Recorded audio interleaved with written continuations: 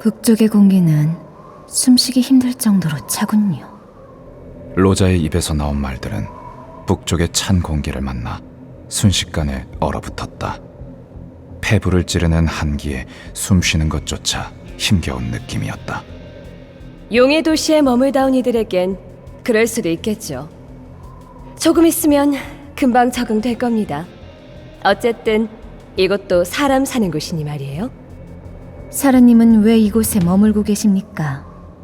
다른 대가문들은 진작에 바카레 궁으로 거처를 옮겼다고 들었는데요. 유르겐 가문. 비록 멀리 떨어져 있어 중앙의 소식이 어둡다고는 하나 그녀가 한 번도 들어본 적 없는 이름이었다. 그렇기에 오히려 사라 웨이는 이런 한미한 가문 출신이 굳이 자신을 찾아왔다는 사실에 더욱 긴장할 수밖에 없었다. 아무리 바칼림의 명이라고 하나 조상 대대로 살아온 땅을 누군가는 지켜야 하지 않겠어요? 또 이곳에 남아 불충한 자들의 동향을 보고할 리가 필요하다 하여 제가 그 역할을 맡았죠. 그렇군요.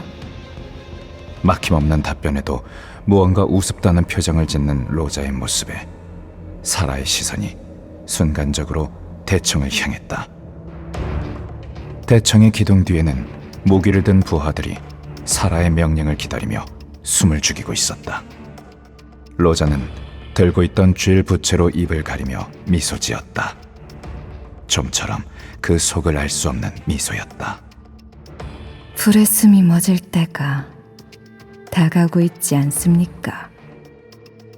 뜻밖의 말에 사라는 당황한 표정으로 로자를 똑바로 쳐다보았다. 차가운 밤 공기 속에서 그녀의 두 눈이 불타듯 번쩍이고 있었다. 사라는 무의식적으로 부하들에게 보내려던 수신호를 간신히 멈춰 세웠다. 용족들이 자신을 시험하기 위해 이자를 보냈다면 아무리 조용히 처리해도 들킬 수밖에 없다는 생각 때문이었다. 목숨이 달아날 소리를 아무렇지도 않게 하는군요. 당신은 나에 대한 이야기를 듣지 못한 건가요? 아니요. 당신에 대한 소문은 귀가 따가울 정도로 들어 잘 알고 있습니다. 못 박힌 듯 자리에 멈춰선 사라를 뒤로 하고 로자는 유유자적하게 발걸음을 옮기고 있었다. 사라는 바람 소리에 묻힐 정도로 나지막하게 휘파람을 불더니 다시 그녀를 따라 걷기 시작했다. 마당을 쓸던 부하 중 하나가 주변을 살피기 위해 조용히 담장 너머로 사라졌다. 당신이 혁명군들 사이에서 가장 비정한 배신자라고 불린다는 것도, 당신의 밀고 때문에 발각당해 전멸한 조직의 수가 6을 넘어간다는 것도. 쥘 부채가 로자의 손바닥에 부딪힐 때마다 무거워진 분위기에 어울리지 않는 경쾌한 소리가 울려 퍼졌다. 그리고 작년에 대가문의 가주들이 궁으로 불려갔을 때 용족들의 유흥으로 전시된 혁명군들의 시체를 누구보다 앞장서서 밟고 궁 안으로 들어갔다는 것도. 순간 사라의 눈가에 미세한 떨림이 생겨났고 그녀는 다른 곳으로 자연스럽게 시선을 돌리며 눈을 감았다.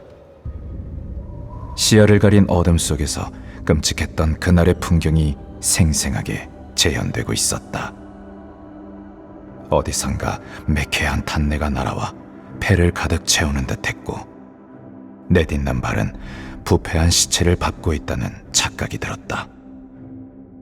치미는 욕지기 속에서 사라는 순간적으로 어지러움을 느꼈으나 잠시 후 눈을 뜬 그녀의 표정에는 한꺼풀 가면이 씌워진 듯 아무런 동요도 느껴지지 않았다.